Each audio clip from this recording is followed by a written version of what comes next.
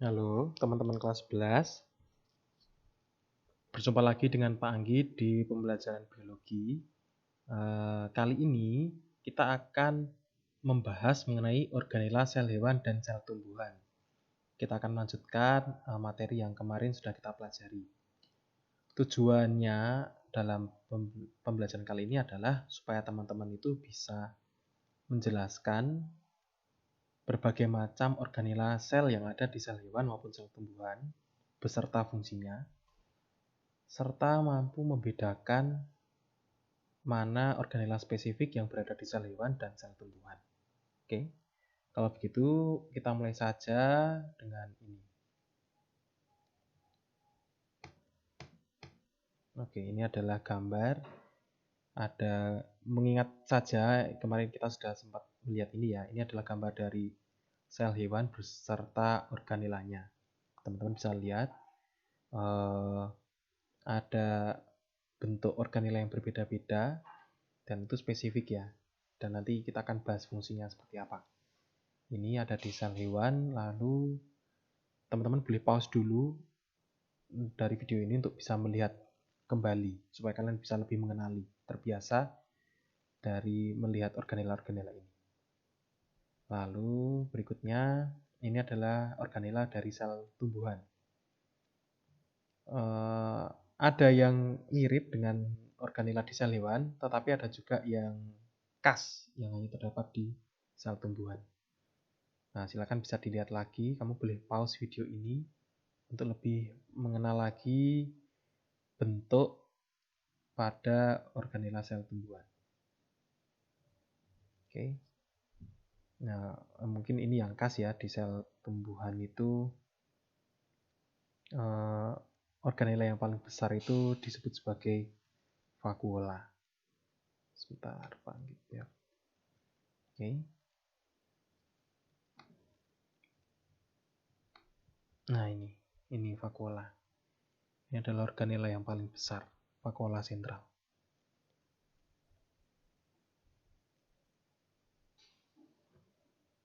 Lalu jangan lupa ini ada organela plastida, dan karena ini plastidanya berwarna hijau, maka ini adalah jenis yang kloroplas.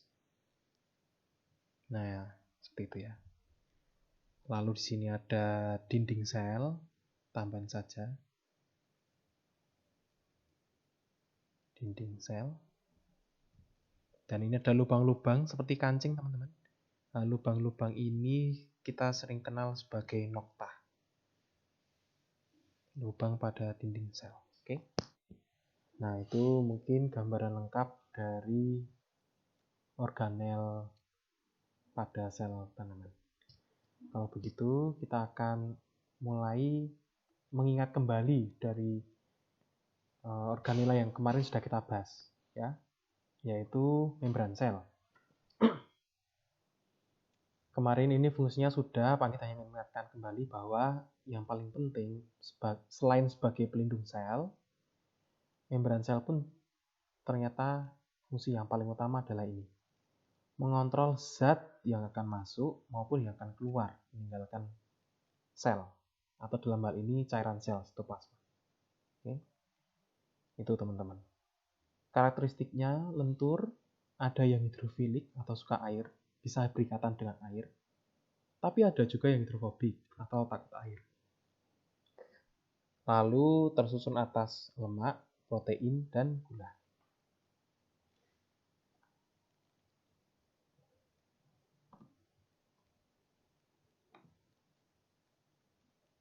Oke, ini kemarin sudah kita bahas ya. Lemaknya ada fosfolipid, glikolipid, dan juga sterol. Nanti akan ada di gambar, teman-teman. Lalu proteinnya ada protein integral, protein perifer atau protein tepi, dan juga glikoprotein. Oke. Nah, sekarang kita ulas sekali lagi mengenai struktur membran sel. Oke. Kemarin kita sudah bahas ini. Nomor 1 ada fosfolipid bilayer. Itulah kenapa namanya bilayer, karena ada dua lapisan, teman-teman. Jadi ini adalah lapisan pertamanya. Nah, ini lapisan pertama. Ini adalah lapisan kedua. Oke. Lalu nomor 4 ada protein perifer. Proteinnya ada di tepi. Bisa di tepi. Anggaplah kalau misalkan di sini ya, teman-teman. Nah, ini tak tandai. Ini adalah luar sel. Area luar sel, berarti yang bagian sini. Ini adalah area dalam sel. Ya. Nah, protein perifer ini bisa terdapat di dalam sel maupun di sisi luar sel. Sama saja. Oke. Lalu ada glikolipid, yaitu ada glikogen. Ini yang seperti antena ini. Ini adalah gula, glikogen, yang menempel pada lipid. Dalam hal ini menempel pada fosfolipid layer. Nah, ini adalah glikolipid. Lalu nomor 5 itu ada glikoprotein. Ya, ini ada glikogen lagi, tapi nempelnya di protein. Itulah kenapa namanya sebagai glikoprotein. Nah, fungsi dari glikolipid maupun glikoprotein, kalau teman-teman lihat bentuknya itu seperti antena. Ya. Nah, ini fungsinya pun juga mirip-mirip seperti antena, yaitu menerima sinyal. Mungkin bisa ditambahkan di catatanmu. Menerima sinyal. Menerima sinyal apa? Menerima sinyal cairan yang nanti akan masuk sel ataupun nanti akan keluar sel. Jadi glikoprotein atau glikolipid inilah yang akan mengatur siapa saja yang boleh masuk maupun boleh keluar. Oke. Dan nanti cairan-cairan itu akan masuk melalui nomor 3, yaitu protein integral. Nah, jadi kalau misalnya ada cairan, air itu akan masuk melalui sini. Di sini protein integral tembus dari luar, sisi luar sel sampai ke dalam. Nah, ini ya, akan membentuk saluran, teman-teman. Lalu yang berikutnya nomor 6 adalah ada lemak yang terselip di dalam membran sel. Nah, itulah yang disebut sebagai sterol. Oke. Kalau begitu lanjut. Pak Anggi ingin membahas sedikit tentang fosfolipid. Ya. Fosfolipid itu kan satu lapisan fosfolipid itu kan terdiri atas 2 seperti ini ya, teman-teman. Nah, ini istilahnya tuh ada kepala berupa gliserol, ya. Kepala ini berupa gliserol. Dan juga ada ekor gitu ya. Yaitu asam lemak.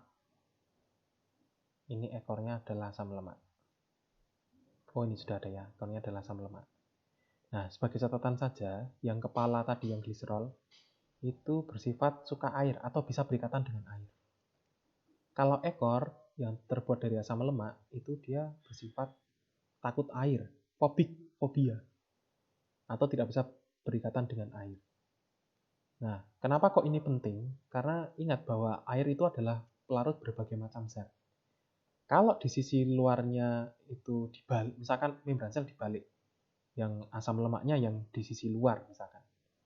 Nah, itu tentu saja air malah tidak bisa masuk ke dalam sel karena sudah bersifat takut sama air. Sehingga yang terjadi bisa sel-sel itu bisa dehidrasi, gitu ya teman-teman ya, kekurangan air. Nah, makanya sisi kepala ini selalu ada di sisi luar dari komponen membran sel.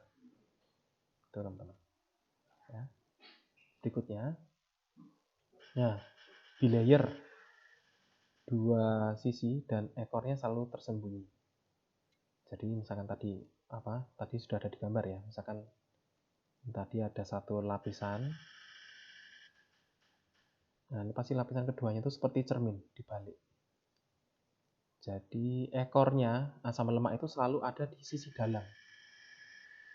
Ya, nah seperti ini. Jadi ini memastikan bahwa sisi luar, baik yang mengarah di luar sel maupun dalam sel, itu selalu yang bersifat hidrofilik. Gitu teman-teman.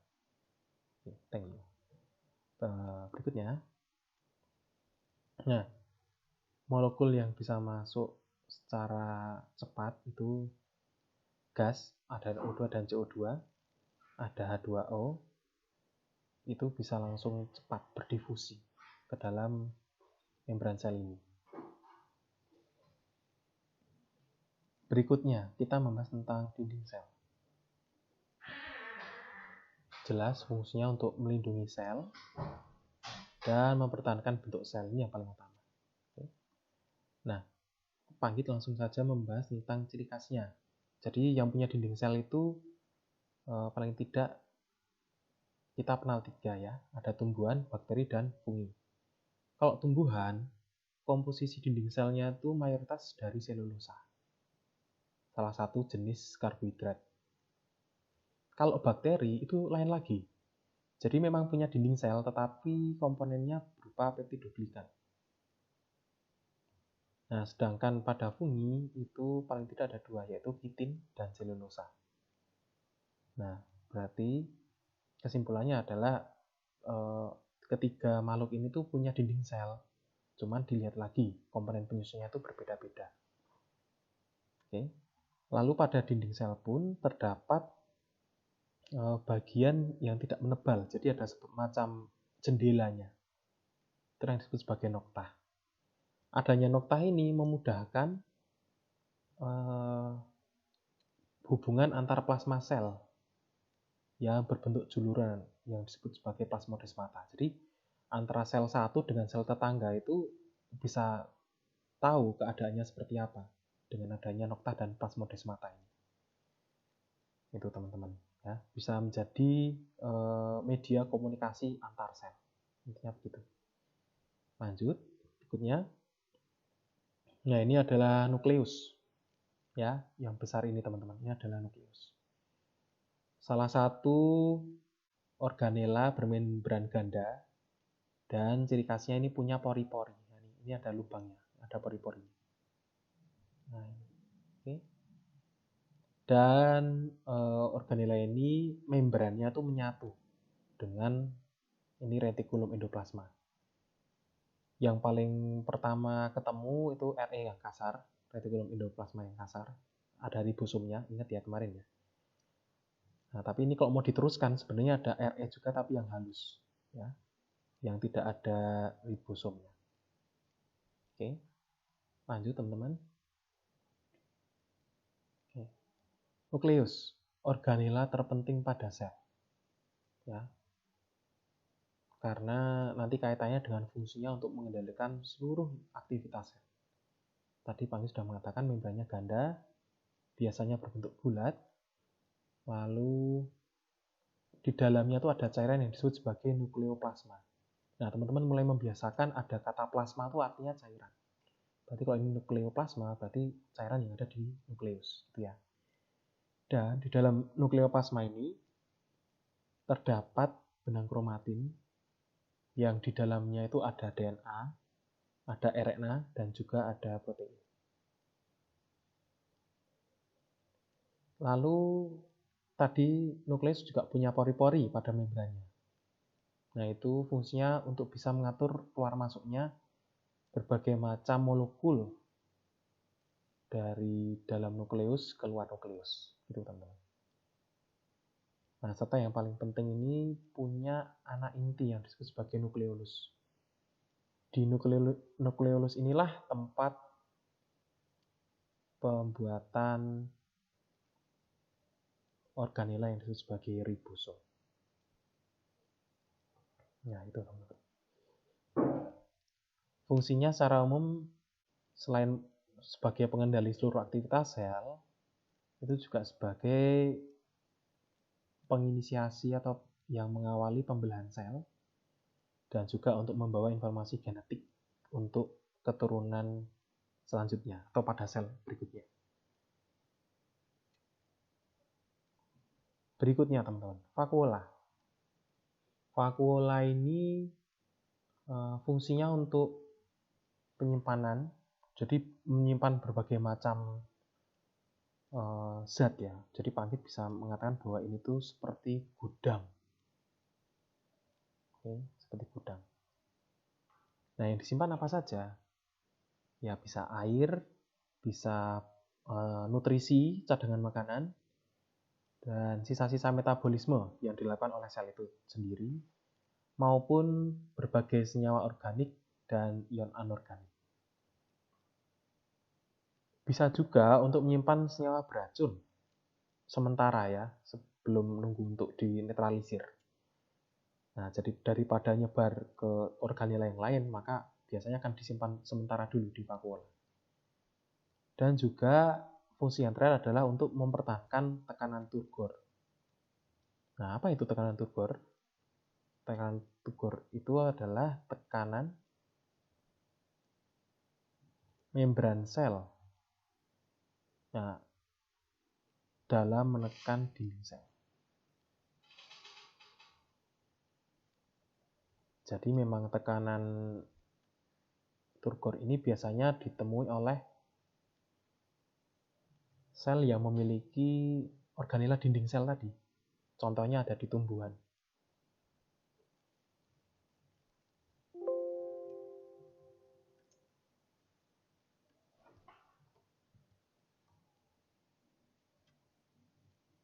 Oke.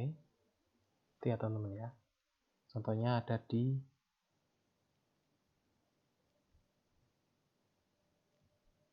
tumbuhan. Nah, semakin karena dinding sel tadi kan kaku ya, jadi semakin tinggi tekanan turgor, semakin membran sel itu menekan dinding sel, maka bentuknya itu akan semakin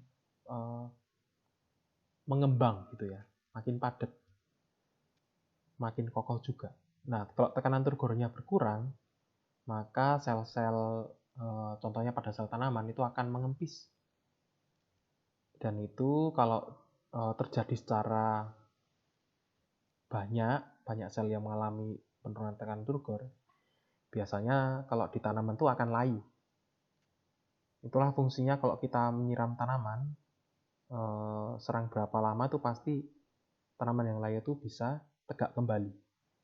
Karena sel-sel pada tanaman tersebut sudah dimasuki banyak air lagi di bagian organela vakuola ini. Untuk selanjutnya tekanan turgornya juga akan semakin tinggi. Itu teman-teman. Nah, ini pengertiannya tentang vakuola. Berbentuk vesikula besar. Nah, teman-teman terbiasa ya, vesikula itu artinya gelembung. Berbentuk gelembung yang di sini besar, bahkan kalau di tanaman itu paling besar. Gitu ya. Lalu punya membran. Membrannya satu, dan namanya adalah tonoplas.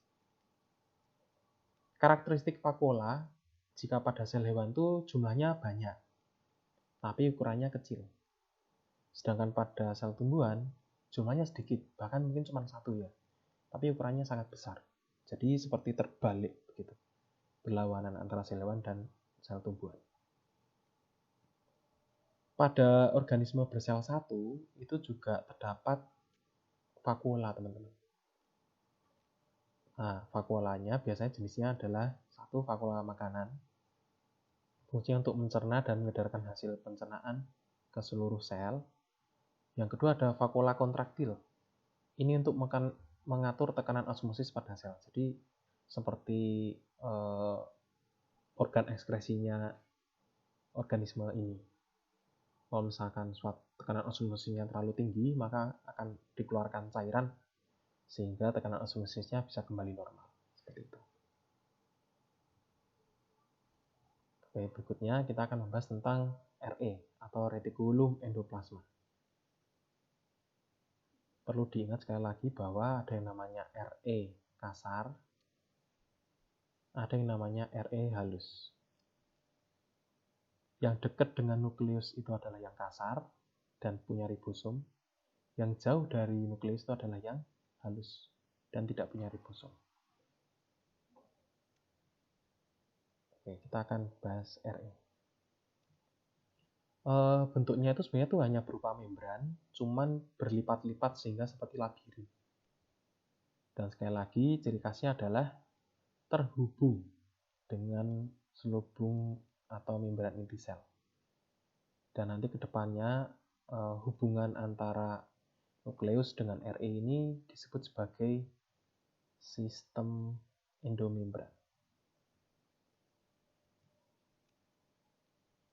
Oke. Berikutnya, tersusun atas jaring-jaring tubula dan juga gelembung membran sisterna, dan ada 2 lapis membran yang melingkupi ruang sempit yang terdapat pada RE. Nah, paling tidak tadi sudah Panggit kenalkan ada 2 jenis, yaitu RE kasar dan RE halus. Ya. Kalau yang RE kasar, fungsinya itu untuk sintesis protein dan juga transport protein.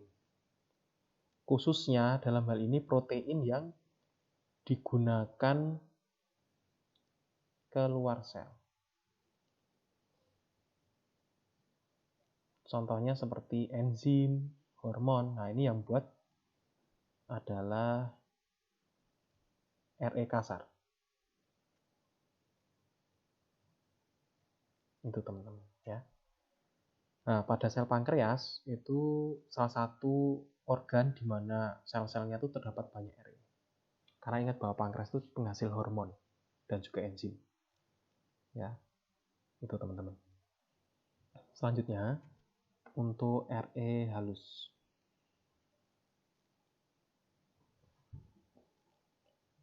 RE halus teman-teman, ciri khasnya dia tidak punya ribosom, tidak seperti yang RE kasar tadi. Dan juga fungsinya pun juga lain, yaitu untuk sintesis lipid, mengatur metabolisme karbohidrat, dan juga untuk menetralisir racun. Garis bawahi untuk sintesis lipid dan juga metabolisme karbohidrat. Jadi kalau protein tadi diatur RE kasar, kalau lipid sama karbohidrat diaturnya sama RE halus. Yang organ yang sel-selnya terdapat banyak RE halus itu ada di ovarium, di testis, hati, dan juga otot. Itu contoh-contohnya, teman-teman. Oke. Kita berlanjut lagi. Nah, kita akan belajar tentang struktur badan Golgi. Ini adalah organela lain yang kita kenal sebagai badan Golgi. Oke. Nah, di sini teman-teman bisa melihat ada sisi yang namanya sisi cis, ada sisi yang namanya sisi trans. Oke. Badan Golgi, teman-teman, terdiri atas tumpukan membran pipih, cisterna, dan juga ada banyak gelembung atau vesikula. Kalau pada sel tumbuhan, organela ini dikenal sebagai diktiosom. Jumlah badan Golgi pada sel tumbuhan itu jauh lebih banyak daripada yang berada di sel hewan. Fungsinya itu sebagai pusat produksi, penyimpanan, dan juga pengiriman produk metabolisme sel, baik itu sekresi gula, protein, dan lendir, yang nantinya akan dikirim keluar. Jadi kalau Pak Anggit mengandaikan badan Golgi itu seperti jasa pemaketan, ya, itu seperti jasa pemaketan. Nah, tadi masih ingat kan, Pak Anggit mengatakan bahwa ada metabolisme yang dilakukan oleh sel yang nantinya akan dikeluarkan dari sel tersebut karena mau digunakan oleh tubuh. Nah, sebelum keluar, zat-zat yang dihasilkan tadi itu perlu diproses, teman-teman. Perlu dikemas, perlu bentuknya dirubah agar sesuai dengan struktur yang dimaui oleh tubuh kita. Nah, itu semuanya diatur oleh badan Golgi. Jadi akan mengemas suatu zat atau juga mengubah struktur sesuai yang dimau, baru nanti akan dikirim keluar sel.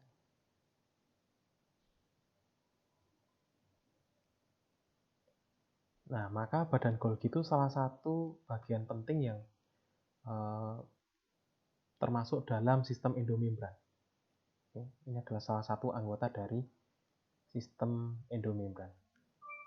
Nah, untuk penjelasan sistem endomembran itu seperti apa, kita akan lihat animasi berikut ini. Nah, ini adalah sistem endomembran ya. Ini dalam hal ini proses dari produksi protein RE oleh RE kasar yang nanti akan dikeluarkan ke sel. Coba teman-teman lihat. Nah, di sini ada protein. Oke, nah kita bisa lihat bersama. Nah, kita akan sambil menjelaskan ya. Nah, di sini RE kasar akan melakukan sintesis protein. Nah, ini yang merah ini, benang merahnya adalah protein. Lalu nanti akan keluar dari RE kasar, lalu akan membentuk gelembung. Nah, gelembung yang melingkupi protein yang pada RE kasar itu tadi disebut sebagai, berarti yang di sini ya. Yang di sini disebut sebagai vesikula transport. Jadi vesikula transport itu isinya sudah ada protein yang dihasilkan oleh RE kasar. Lalu vesikula transport itu akan masuk ke badan Golgi sisi cis. Ini akan masuk ke sisi cis pada badan Golgi, lalu akan diolah oleh badan Golgi, bentuknya disesuaikan, dikemas melalui 3 lapisan pada badan Golgi ini. Nah, lalu nanti kalau misalkan ini sudah selesai dikemas, nah ini coba kita lihat, ini kalau sudah selesai dikemas, protein ini nanti akan menuju ke luar membran sel. Nah, ini di sini, ini akan dikeluarkan dengan gelembung juga, namanya adalah gelembung atau vesikula secretory. Nah, nanti vesikula secretory dari badan Golgi akan menuju ke membran sel, ini membran sel ya. Lalu akan dikeluarkan oleh sel tersebut. Barulah tadi bisa dikeluarkan dan digunakan oleh tubuh. Oke. Kalau begitu kita lanjut, teman-teman.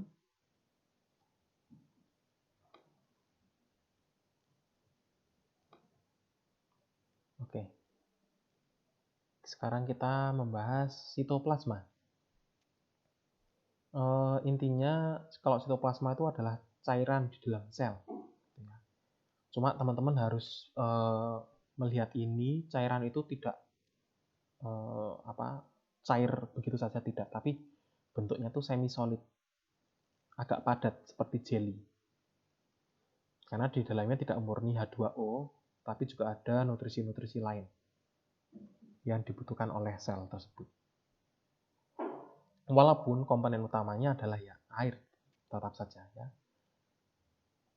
Lalu selain ada cairan sel yang disebut sebagai sitosol, di sitoplasma inilah sebenarnya juga terdapat organela yang kita bahas satu demi satu ini. Nah, fungsinya yang paling utama adalah untuk terjadinya reaksi metabolisme sel dan juga tempat organela sel dan sitoskeleton berada di dalam sel itu, serta memungkinkan adanya pergerakan organela. Ya, karena di dalam sitoplasma itu ada aliran, teman-teman. Jadi kalau teman-teman bisa bayangkan itu seperti danau gitu ya. Nah, itulah sitoplasma. Air yang ada di dalam danau itu. Oke. Kalau begitu, lanjut. Kita bahas tentang ribosom.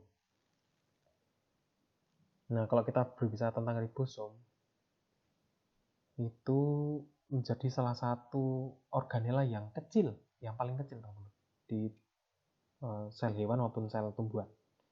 Ya. Dan ciri khasnya itu dia tidak punya membran. Dan dia tuh ada yang bebas tersebar di sitoplasma, tapi ada juga yang terikat atau menempel pada membran retikulum endoplasma, terutama yang kasar tadi. Pada organ hati, sel ini tuh memiliki sel-sel pada organ hati itu punya banyak ribosom. ya, karena di situ laju sintesis proteinnya tinggi. Nah, kalau kita bertanya tentang fungsinya yang paling utama adalah untuk sintesis atau pembuatan protein. Pencetakan protein itu sendiri itu terjadi di dalam sel itu tadi.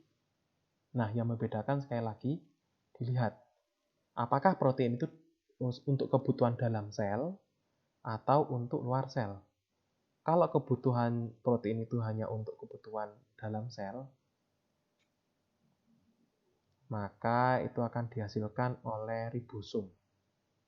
Dalam hal ini ribosom lepas yang tersebar di sitoplasma. Tetapi kalau protein yang dihasilkan itu untuk kebutuhan luar sel, nah inilah yang diciptakan oleh RE kasar. Nah, jadi sama-sama protein, tapi dilihat kebutuhannya untuk siapa, maka pelaku untuk pembuatannya pun juga berbeda. Dan ingat sekali lagi bahwa ribosom tadi diproduksi di nukleus. Di anak inti ya, nukleus. Oke, next. Mitokondria. Nah, ini sangat terkenal sekali teman-teman, mitokondria. Fungsinya itu untuk respirasi sel. Atau dalam hal ini respirasi sel dilakukan supaya menghasilkan energi. Karena tubuh kita itu tersusun atas banyak sel, maka kita bisa berenergi pun sebenarnya jasa dari mitokondria yang ada di dalam sel kita. Itu teman-teman. Dan energi yang nanti akan dihasilkan itu berupa cairan kimia yang disebut sebagai ATP atau adenosin trifosfat. Nah itu. Oke, kalau kita lihat karakteristiknya, bentuknya itu seperti silinder, bulat dan memanjang. Dan ini salah satu juga organela yang memiliki membran ganda. Membran luar itu lebih tebal dan ada juga membran dalam yang berlekuk, ini yang disebut sebagai krista. Nah, di dalam membran dalam atau si krista itu tadi itu membentuk dua ruangan, yaitu ruang intermembran dan juga ruang matriks. Nah, yang khas pada mitokondria adalah dia punya DNA sendiri, DNA mitokondrion. Nah, di sini DNA itu khusus untuk mengatur sintesis protein ribosom yang ada di mitokondria. Jadi kamu bisa bayangkan di dalam mitokondria itu ada organela juga ribosom di dalamnya. Itu teman-teman. Nah, kalau untuk mengingat lagi bagaimana reaksi yang terjadi pada respirasi sel mitokondria, yaitu ada gula, dalam hal ini glukosa ya, C6H12O6. Lalu saat kamu bernapas, kamu akan memasukkan oksigen, sehingga ini nanti akan direaksikan menjadi CO2 dan H2O. Nah, jangan lupa tadi yang paling penting adalah ATP. Nah, ini yang kadang lupa untuk disertakan tuh ini, ATP. Nah, kalau kita lihat untuk bisa memecah satu glukosa itu dibutuhkan 6 molekul oksigen dan nanti akan menghasilkan 6 molekul karbon dioksida. Lalu juga ada 6 H2O dan ATP-nya itu sebanyak 38. Nah, ATP inilah sebagai produk utamanya, teman-teman. CO2 dan H2O itu akan dikeluarkan dari sel. Ya. Mungkin kalau H2O masih di-keep lah. Ada yang di-keep, ada yang ditahan untuk komponen sitoplasma. Tapi kalau CO2 itu biasanya akan dikeluarkan semuanya.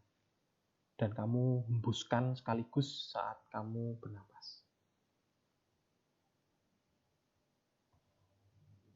Oke, teman-teman, sampai sini dulu saja. Masih ada beberapa organel yang sebagian khas pada tumbuhan, tapi akan panggil bahas pada video berikutnya. Terima kasih. Semoga video ini dapat membantumu dalam belajar. Tetap Sehat teman-teman, tetap semangat. Sampai bertemu lagi pada pertemuan depan. AMDG. Dadah.